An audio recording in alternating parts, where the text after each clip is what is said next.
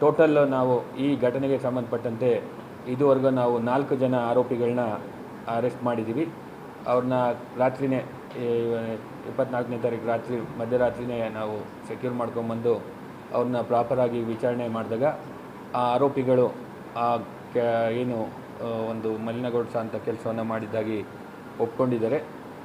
ಮತ್ತು ಅವ್ರಿಗೆಲ್ಲ ಪ್ರಾಪರಾಗಿ ನಾವು ಇನ್ವೆಸ್ಟಿಗೇಷನ್ ಮಾಡಿದ ನಂತರ ಅವ್ರಿಗೆ ನಾವು ಮೆಡಿಕಲ್ ಮಾಡಿಸಿ ನ್ಯಾಯಾಂಗ ಬಂಧನಕ್ಕೆ ಮಾನ್ಯ ನ್ಯಾಯಾಧೀಶರ ಮುಂದೆ ಪ್ರೊಡ್ಯೂಸ್ ಮಾಡಿ ನ್ಯಾಯಾಂಗ ಬಂಧನಕ್ಕೆ ನಾವು ಕಳಿಸ್ಕೊಟ್ಟಿದ್ದೀವಿ. ಆರೋಪಿಗಳು ಕಿರಣ್, ಹನುಮಂತ್, ಮಾನು ಮತ್ತು ಸಂಗಮೇಶ್ ಅನ್ನೋ 4 ಜನ ಆರೋಪಿಗಳನ್ನ ಅರೆಸ್ಟ್ ಮಾಡಿದ್ದೀವಿ.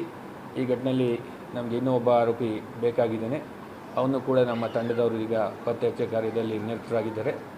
ಎಲ್ಲ ಆರೋಪಿಗಳನ್ನ ನಾವು ಬಂಧಿಸಿ ತಕ್ಷಣ ನಾವು ಆ ಕೇಸನ್ನು ಚಾರ್ಜ್ ಶೀಟ್ ಮಾಡಿ ನಾವು ಸರ್ಕಾರಕ್ಕೂ ರಿಕ್ವೆಸ್ಟ್ ಮಾಡಿಕೊಂಡು ಅದು ಕೇಸಿನಲ್ಲಿ ಸ್ಪೆಷಲ್ PP ಅವ್ರನ್ನ ನೇಮಕ ಮಾಡಿಕೊಂಡು ಆ ಆರೋಪಿಗಳಿಗೆ ಶಿಕ್ಷೆ ಆಗೋಂಥ ಒಂದು ಕೆಲಸವನ್ನು ಪ್ರಾಪರ್ ತನಿಖೆಯನ್ನು ಸೈಂಟಿಫಿಕ್ ಇನ್ವೆಸ್ಟಿಗೇಷನ್ನ ಮಾಡಿ ಅವ್ರಿಗೆ ತಕ್ಷಣ ನಾವು ಪರ್ಮಿಷನ್ ತೊಗೊಂಡು ಚಾರ್ಜ್ ಶೀಟನ್ನು ಕೊಟ್ಟು ಆ ಟ್ರಯಲನ್ನು ಕೂಡ ನಾವು ಮಾನಿಟ್ರ್ ಮಾಡಿ ಆರೋಪಿಗಳಿಗೆ ಶಿಕ್ಷೆ ಕೊಡಿಸೋಂಥ ಕೆಲಸನ ಮಾಡ್ತೀವಿ ಅಂತ ಸಂದರ್ಭದಲ್ಲಿ ಹೇಳಕ್ಕೆ ಇಷ್ಟ.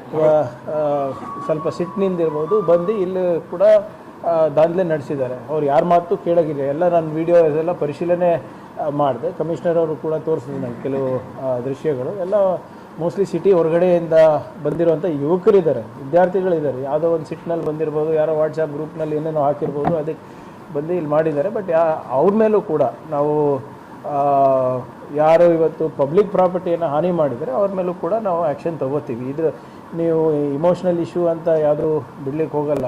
ಈಗ ಯಾರ್ಯಾರು ಈಗ ಮಾಡಿದ್ದಾರೆ, ಯಾರ್ಯಾರು ಕಾನೂನನ್ನು ಕೈಗೆ ತಗೋತಾ ಇದ್ದಾರೆ ಅವರು ಬಾಬಾ ಸಾಹೇಬ್ ಅಂಬೇಡ್ಕರ್ ಅವರ ಅನ್ವಯಿ ಅಂತ ಹೇಳೋಕ್ಕಾಗೋದಿಲ್ಲ. ಯಾವ ಸಂವಿಧಾನವನ್ನು ನಂಬ್ಕೊಂಡು ನಾವೆಲ್ಲರೂ ಇದ್ದೀವಿ, ಆ ಸಂವಿಧಾನವನ್ನು ಉಲ್ಲಂಘನೆ ಮಾಡಿಬಿಟ್ಟು ಬಾಬಾ ಸಾಹೇಬ್ರ ಹೆಸರು ಹೇಳ್ಕೊಂಡು ನೀವು ಪಬ್ಲಿಕ್ ಪ್ರಾಪರ್ಟಿ ಡಿಸ್ಟ್ರಾಯ್ ಮಾಡೋದಿರ್ಬೋದು ಅಥವಾ ಪಬ್ಲಿಕ್ ಪ್ರಾಪರ್ಟಿ